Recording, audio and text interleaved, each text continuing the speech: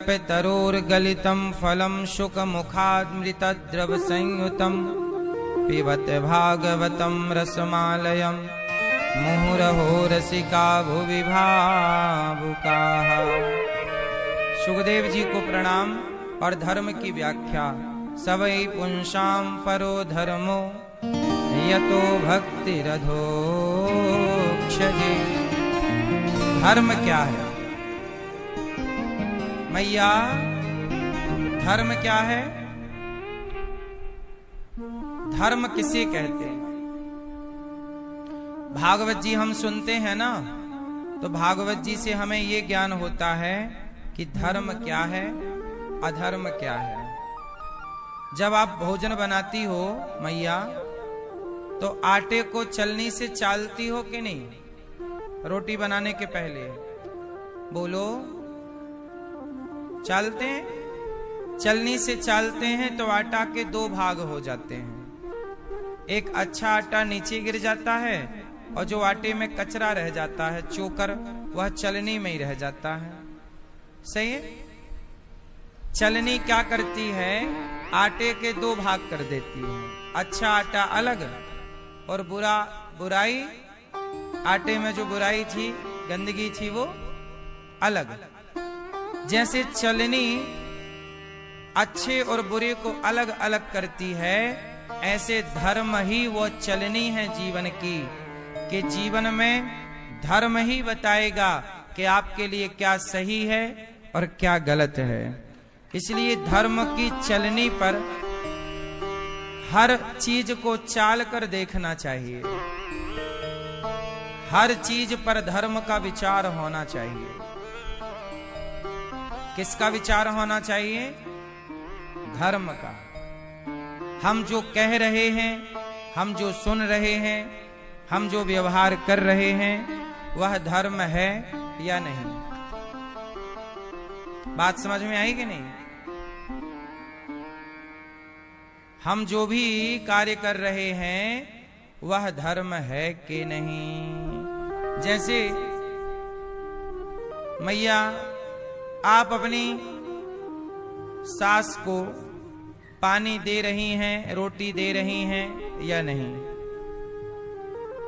ये भी धर्म का विचार है कि सास ससुर के साथ आपका जो व्यवहार है, बहू के साथ आपका जो व्यवहार है, वह व्यवहार धर्म युक्त है या अधर्म का व्यवहार है? व्यवहार भी दो तरह का होता है, एक धर्म का व्यवहार, एक अधर्म का व्यवहार। जैसे आप अपने सास ससुर की सेवा करें, ये धर्म का व्यवहार है। और आप सेवा ना करें, बड़ों का अपमान करें, तो ये व्यवहार कौन सा है? जोर से, अधर्म का। तो आपका कोई भी व्यवहार, कोई भी आचरण अधर्म से जुड़ा ना हो, हर व्यवहार धर्म से जुड़ा हो। पुत्र का व्यवहार माता पिता के प्रति कैसा हो? धर्म युक्त हो, अधर्म युक्त ना हो। सही है कि गलत है? बहू का व्यवहार सास के प्रति धर्म युक्त हो और सास का व्यवहार भी बहू के प्रति धर्म युक्त हो। धर्म सबके लिए है। धर्म किसके लिए है? सबके लिए। इसलिए भागवत जी में धर्म का निरूपण है। धर्म मत छोड़िएगा। दुर्योधन ने धर्म छोड़ दिया, नाश हो गया। धर्म छोड़ दिया ना दुर्योधन ने। कैसे छोड़ा? आप बता दो मैया। ये दुर्योधन ने धर्म कैसे छोड़ दिया? आप बताओ, कैसे छोड़ा? क्या व्यवहार उसका धर्म युक्त नहीं था? बताओ, दुर्योधन का कौन सा व्यवहार धर्म से मैच नहीं करता था? आप बताओ चश्मा वाले भैया, दुर्योधन का वह कौन सा व्यवहार है जो धर्म से मैच नहीं कर रहा है? आप बताओ। नहीं बताओगे? आप बताओ। वो कौन सा व्यवहार था दुर्योधन का जो धर्म से मैच नहीं कर रहा था। क्या है? द्रौपदी के भरी सभा में कपड़े उतारना, क्या ये व्यवहार धर्म से युक्त है? क्या ये धर्म था कि आप किसी की पत्नी को भरी सभा में निर्वस्त्र करें, अपमानित करें? क्या ये धर्म था? दुर्योधन का यह व्यवहार अधर्म पूर्वक था। जुआ में छल करना यह धर्म नहीं था, अधर्म था। दुर्योधन का जब व्यवहार अधार्मिक हो गया, धर्म को छोड़कर उसने अधर्म का आचरण शुरू कर दिया, अधर्म का साथ देना, अधर्म को ही धर्म मान लिया उसने, तब दुर्योधन के सर्वनाश की उल्टी गिनती चालू हो गई। कोई भी ऐसा व्यवहार मत कीजिए जो अधर्म हो। हर व्यवहार में आपके क्या होना चाहिए? धर्म। धर्म क्या है? जैसे खीर बनी, खीर में आप मिश्री ना डालो, शक्कर ना डालो, गुड़ ना डालो, तो खीर का स्वाद होगा? बोलो। दाल बनी हो, सब्जी बनी हो और उसमें नमक ना डालो, क्या उसके बिना स्वाद है? खीर का स्वाद शक्कर के बिना नहीं है, और सब्जी, दाल, कढ़ी का स्वाद नमक के बिना नहीं है। ऐसे ही जीवन का स्वाद धर्म के बिना नहीं है। धर्म की जरूरत जीवन में ऐसे ही है जैसे दाल सब्जी में नमक की जरूरत है। बिना नमक के भोजन फीका है, ऐसे बिना धर्म के जीवन भी फीका है। आपके जीवन में धर्म होना ही चाहिए। कोई भी आचरण ऐसा ना हो कि धर्महीन हो। इसलिए आपसे मेरी प्रार्थना है, जो भी काम किया करो पहले ये विचार जरूर किया करो कि मैं जो कर रही हूं या कर रहा हूं उसमें धर्म है कि नहीं। मैं जो बोल रहा हूं, अब जैसे मैं किसी को गाली दूं तो क्या ये गाली देना धर्म है?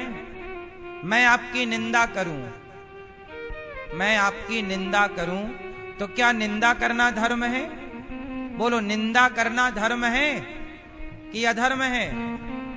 तो सच बताओ, आप लोग निंदा करते हो कि नहीं?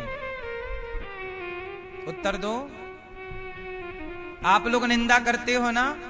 किसी की भी करते हो, तो आप धर्म करते हैं कि अधर्म? हाँ, आप घर बैठे निंदा करके पाप कमा लेते हैं। आपकी घर बैठे इनकम है, खूब कमाते हैं आप लोग, फोकट में आप पाप कमाते हैं। निंदा करके क्या कमा रहे हो? पाप। और कथा सुन के क्या कमा रहे हो?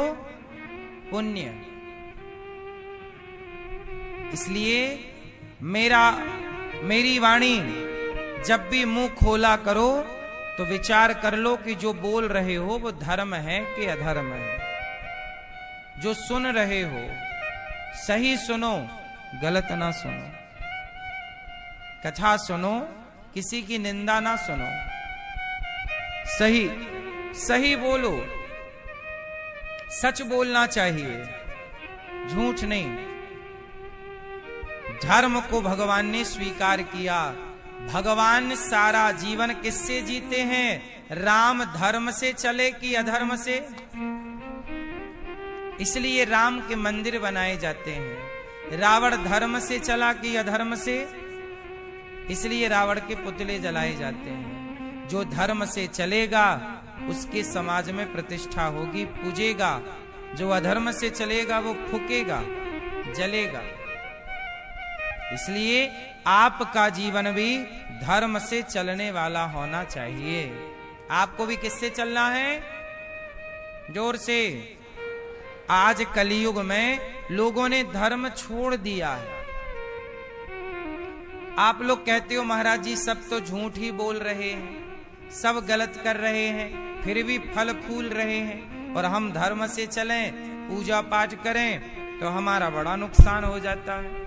आप लोग ऐसा कहते हैं कि अधर्म से चलने वाला व्यक्ति फल फूल रहा है और धर्म से चलने वाला व्यक्ति परेशान है।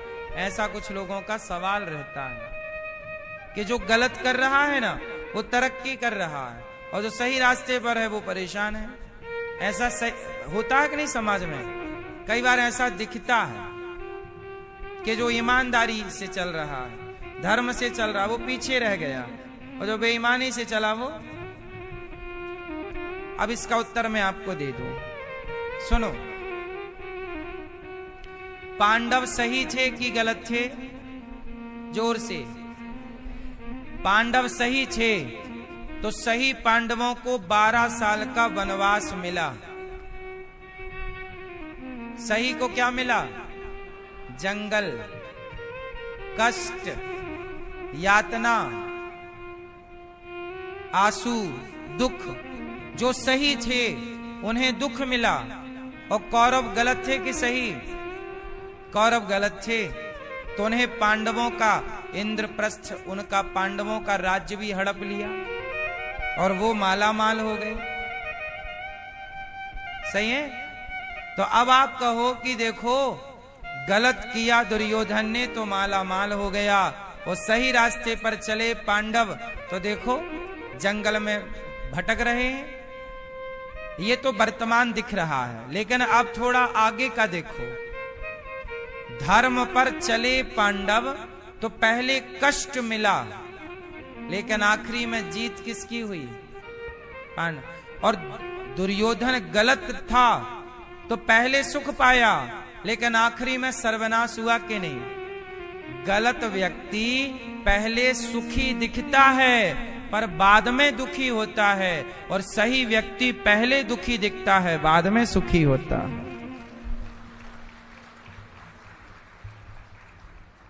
धर्म से चलने वाला, सही रास्ते पर चलने वाला पहले दुखी होगा बाद में, और अधर्म से चलने वाला पहले सुख दिखेगा। तो आप लोग यही देखते हो वो बहुत सुखी है, पर आपने कहावत सुनी होगी, अंत भला तो सब भला। गलत व्यक्ति का अंत बुरा होता है। जैसे दुर्योधन का अंत बुरा हुआ, रावण का अंत बुरा हुआ, पर पांडवों का अंत सही हुआ। तो कहते हैं अंत भला तो जीवन को सार्थक करना है तो अंत को भला कीजिए, और अंत को भला करोगे तो धर्म से चलना पड़ेगा। अधर्म से चलोगे तो अंत बुरा होगा। अब आपके पास दोनों रास्ते हैं। आप ये मत कहा करिए कि वो गलत काम कर रहा है और सुखी है। हाँ, वो आज सुखी है, कुछ दिन सुख रहेगा, लेकिन उसका परिणाम अच्छा नहीं है। और धर्म से चलने वाला आज थोड़ा डगमग डोल रहा है, पर आने वाला टाइम सही होगा। विभीषण सही है कि गलत? और रावण सही है कि गलत? एक ही लंका में दो लोग हैं। विभीषण सही रास्ते पर है और रावण गलत रास्ते में। तो गलत रास्ते पर चलने वाला रावण सही रास्ते पर चलने वाले विभीषण को लात मार के निकाल दिया। मतलब दबदबा किसका है? गलत रावण का, और सही विभीषण को लात मार के निकाल रहा है। लेकिन विभीषण सही थे तो लात खा के निकाले गए लंका से, लेकिन सही थे तो सही का साथ भगवान ने दिया, और भगवान ने विभीषण को लंका का राजा बना दिया। और जो लंका का राजा था उसका सर्वनाश कर दिया। सही है गलत है? इसलिए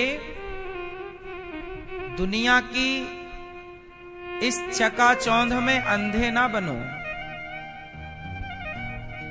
दुनिया की चकाचौंध में अंधे ना बनो। कुछ चीजें आपको नहीं दिखती, जो नहीं दिखती वही हम आपको दिखाने का प्रयास कर रहे हैं। धर्म को मत छोड़िए, जो भी कार्य करिए धर्म से करिए। वाणी में धर्म हो, आंखों में धर्म हो। धर्मो रक्षति रक्षति।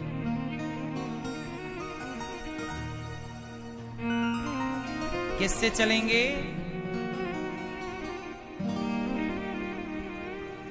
परिस्थितियां कैसी भी हो, धर्म ना छोड़िए। बहुत सुख है किसमें? धर्म। भगवान ने 24 अवतार लिए। किसके लिए? प्रहलाद को मार रहा था खुद का पिता, भगवान ने अवतार ले लिया। किसको बचाया? जो धर्म पर थे प्रहलाद, उन्हें बचाया। और जो अधर्मी था हिरण्यकश्यपु, उसे मारा। भगवान के 24 अवतार हुए। सनकादि 12 अवतार हुआ। हिरण्याक्ष को मारकर 12 भगवान ने पृथ्वी की स्थापना की। नारद जी कीर्तन करते हैं, भगवान के नाम का प्रचार करते हैं। नर नारायण का अवतार हुआ। कपिल देव जी ने माता को सांख्य शास्त्र का उपदेश किया, अवतार। छठवां अवतार भगवान का दत्तात्रेय जी। 7वां अवतार दत्तात्रेय जी ने कितने गुरु बनाए? दत्तात्रेय जी ने कितने गुरु बनाए? जोर से। कितने? 24। 24 गुरु। 24 गुरु बना के क्या मैसेज दिया? हर व्यक्ति, समझदार व्यक्ति हर जगह से सीख लेता। शिक्षा। अच्छा बताइए, हमें शिक्षा कहां से मिलती है और कहां से नहीं मिलती? बताओ। शराब पीने वाला शराबी हमें कुछ सिखा रहा है कि नहीं? क्या सिखा रहा है? शराबी से हम क्या सीख सकते हैं, जरा बताओ। बोलो। शराबी से क्या सीखने जैसा है? जोर से। हैं? क्या भैया आप बताओ। भैया बताओ, आप शराबी से क्या सीखने जैसा है? बोलो। नहीं? आप पीते हो शराब? सच बताओ। कभी नहीं पिए? ठीक है। टोपी वाले दादाजी, शराब पीते हो? कभी नहीं पिए? क्या सीखा शराबी से? कुछ नहीं। आओ हम आपको सीख देते हैं। सीखने वाला शराबी से भी सीख सकता है, और ना सीखने वाला ब्रह्मा से भी नहीं सीख सकता। मूरख हृदय न चेत, जो गुरु मिलहि विरंचि सम। आओ शराब से क्या मैंने सीखा, शराबी से मैंने क्या सीखा, जरा मैं आपको शेयर कर दूं। शराबी से मैंने ये सीखा कि जैसे शराबी शराब के बिना नहीं रहता, ऐसे हम भी अपने भगवान के बिना ना रहें, कथा के बिना ना रहें। जैसे शराबी को नशा है शराब का, ऐसे हमें नशा क्यों ना हो कथा सुनने का, कीर्तन करने का। यदि तू अपने नशे का पक्का है तो मैं भी अपने भक्ति के नशे का पक्का बनूं। शराबी बिल्कुल पक्का है तो भक्त भी पक्का हो। बोलो हाँ। शराबी को शराब पीने के बाद होश नहीं रहता, ऐसे भगवान के भक्त को भी भगवान के प्रेम में होश ना रहे। यह शराबी से हम सीख सकते हैं। वो अपनी शराब में मस्त है, हम अपने भगवान के भजन में उसी तरह मस्त हों। नशा वही होना चाहिए। जैसे शराबी को शराब का नशा चढ़ता है, ऐसे भक्त को भी भक्ति का नशा चढ़ना चाहिए। शराबी भी हमें सिखा रहा है, कोई सीखने वाला तो हो।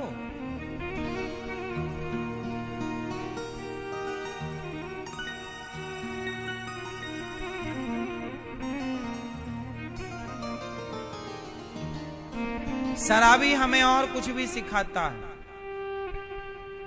शराबी क्या सिखाता है? शराबी ये भी सिखाता है, शराबी से हम दूसरी शिक्षा ये पाते हैं कि जैसे शराबी शराब पीकर अपना घर बिगाड़ लेता है, अपने बच्चों का ध्यान नहीं रखता, बच्चों को पिता का प्यार नहीं मिलता। शराबी आदमी कहां बच्चों को प्यार करता है, कहां वो अपनी मां की सेवा कर रहा है। तो शराबियों से हमें ये सीखना चाहिए कि यदि शराब उसने पीकर अपना घर बिगाड़ा है, तो हम पिएंगे तो हमारा भी घर ऐसा ही बिगड़ जाएगा। जैसे शराब पीकर वह सुअर की तरह नाले में पड़ा है, ऐसे आप शराब पिएंगे तो आप भी सुअर की श्रेणी में चले जाएंगे। ये शराबी से सीखना है कि वो तो बिगाड़ रहा है, हम ना बिगाड़े। हमारे लिए वो दर्पण है। शराब पीने से क्या होता है, शराबियों को देख लो। क्यों भाई साहब? खेत बिक गए। शराबी से आप क्या सीख सकते हैं? शराबी से आप सीख सकते हैं कि शराबी ने अपने बाप दादों के खेत बेच दिए, जमीन जायदाद बेच दी और अमीर से गरीब हो गए, कंगाल हो गए। कंगाल होना है तो शराब पीजिए। शराब से ये सीखना है कि जो पी रहे हैं वो कैसे हो गए? जोर से, कंगाल हो गए। आपको भी कंगाल होना है तो शराब की शरण लीजिए, और यदि अपना जीवन सुधारना है तो शराब से दूर रहिए। क्योंकि जो शराब से उलझ गए, पड़ गए उसके चक्कर में, उनकी दुर्दशा देख लीजिए। तो उन्हें देखकर आप ना सीखें तो फिर क्या सीखा आपने? हम शराब पीकर ना सीखें, हम शराब पीने वालों को देखकर सीखें। सही है गलत है? जैसे उन्होंने अपना सब बिगाड़ लिया, आप पियोगे तो आप भी बिगाड़ लो। तो हम सीखना चाहें तो सबसे सीख सकते हैं। अब जैसे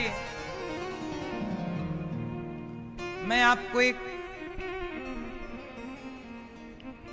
नाम देता हूं, आपको बताना है किससे आपने क्या सीखा। मैं हर वस्तु से सीखता हूं, हर व्यक्ति से सीखता हूं। चलो बताओ, आपने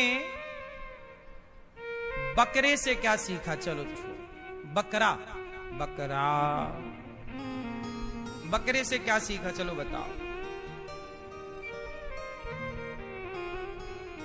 नहीं बताओगे? बकरे से क्या सीखा आपने? जोर से। नहीं, आप लोग सीखते नहीं हैं? बकरा सारी जिंदगी मैं करता है। क्या करता है? जोर से।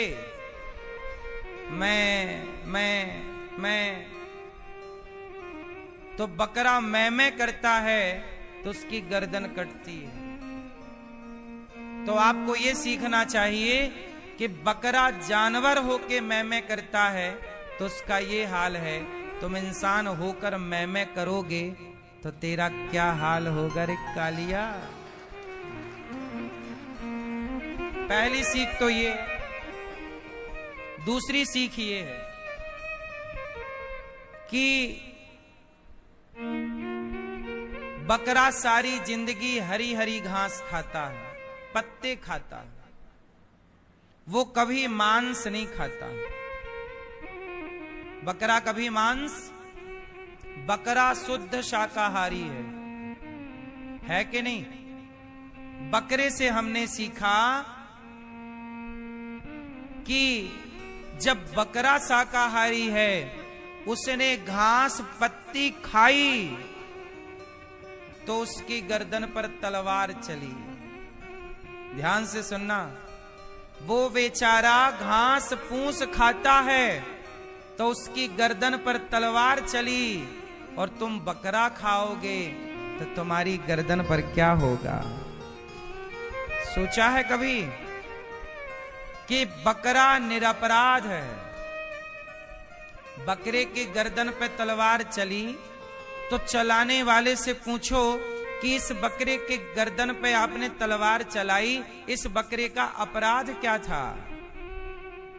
बकरे का अपराध क्या था, तो बताओ क्या अपराध था उसका। कोई अपराध नहीं था। आपका क्या बिगाड़ा था उसने जो आपने उसकी गर्दन काट ली। निरपराध था। तो बकरे ने मुस्कुराते हुए गर्दन काटने वाले से कहा कि मैंने घास पत्ती खाई तो मेरी गर्दन कट रही है, तू मेरी गर्दन काट कर क्या ईश्वर की लाठी से बच जाएगा। तुझे क्या लगता है कि तू निरपराध को मारेगा और तुझे माफ कर दिया जाएगा? ना साहब, ईश्वर की अदालत में माफी जल्दी नहीं मिलती। अवश्यमेव भोक्तव्यम। ईश्वर की अदालत में माफी जल्दी से नहीं मिलती। जो आपने कर्म किए हैं उन्हें भोगना पड़ता है। जैसे दशरथ जी को भोगना पड़ा कि नहीं। दशरथ जी ने श्रवण कुमार को मार डाला, और जब श्रवण कुमार को मारा तो श्रवण के माता पिता तड़प तड़प के मरे, और दशरथ जी से कहा जैसे हम मर रहे हैं पुत्र के वियोग में, आप भी पुत्र के वियोग में तड़प तड़प करके मरेंगे। तो दशरथ जी तो भगवान के पिता हैं। जब भगवान के पिता को कर्मों का फल भोगना पड़ा तो आप और हम बच जाएंगे? उत्तर दो। जो आपने पाप किया है वो कौन भोगेगा? आपने किसी का गला काटा है, आपने किसी को धोखा दिया है, कौन भोगेगा? बोलो, कौन भोगेगा? इसलिए कहता हूं, हर पाप कर्म से बचना, जरूर बचिएगा। तो हम सबसे सीख सकते हैं, बकरे से, गधे से क्या सीखा आप लोगों ने? मैया, ओ मैया, ओ छोरा, मोबाइल चला रहे हो? सुन लो बेटा। चलो बताओ, गधे से क्या सीखा आपने? गधे से नहीं सीखा? क्या सीखा? गधे से आपने सीखा सारी जिंदगी बोझा ढोते ढोते मर जाता है। सारी जिंदगी, जोर से, बोझा ढोते ढोते, कभी आप गधे की तरह, आप कभी गधे को ध्यान से देखना और फिर अपने को देखना, फिर अंतर बताना कि वो अच्छा है कि मैं अच्छा हूं। वो भी गधा वो बोझा मालिक का ढो रहा है, और आप भी सारी जिंदगी बोझा ढोते ढोते मर गए। उस गधे में और इस गधे में अंतर क्या था? वो भी अज्ञानवश ढोता रहा, तुम भी अज्ञानवश ढोते रहे। सीख लो उस गधे से, वो बोझा उठाता है मालिक का, और तुम भी, तुम्हारे बेटे बड़े बड़े हो गए, बेटा काम करने योग्य हो गए, फिर भी आपने गृहस्थी का सारा बोझा अपने सिर पे रखा है। अब तो निकाल के गठरिया बाहर फेंको, बच्चों को सौंपो और अपने चित्त में भगवान का ध्यान करो। अब तो सही हो जाओ कि बुढ़ापे में भी ढोए जा रहे हो। यदि तुम बुढ़ापे में भी बोझा ही ढो रहे हो तो उस गधे में और तुम में अंतर क्या है? आप भी तो गधों की तरह ढो ही रहे हैं, लातें खा रहे हैं परिवार में, बातें सुन रहे हैं परिवार की, फिर भी एक संत जी थे, वो जा रहे थे तो द्वार पर ना एक पति पत्नी का झगड़ा चल रहा था। पत्नी पति को डांट रही थी, दुष्ट कहीं का, जाता भी नहीं है, पड़ा रहता है।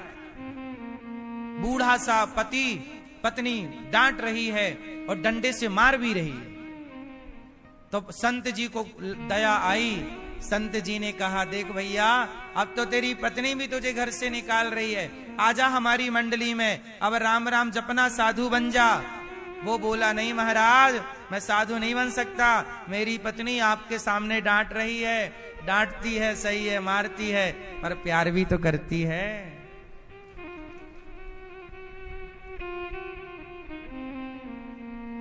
आदमी 100 जूते खा के भी जगत का मोह छोड़ नहीं पाता। ये बात सच्ची है कि गलत है? वो तो तुलसीदास जी थे जो एक बात में सब छोड़ के भगवान के हो गए। आप तो 100 बात सुन के भी भगवान के नहीं होते हैं? आप 100 बातें सुन के भी वैराग्य नहीं लाते। जगत का इतना अटैचमेंट है, आपको पकड़ रखा है। इसलिए गधा को भी आप उससे भी सीख ग्रहण कर सकते हैं। सीख लीजिए, गधा भी सिखा रहा कि अब बोझा कब तक ढोएगा, अब तो चिंतन कर भगवान का।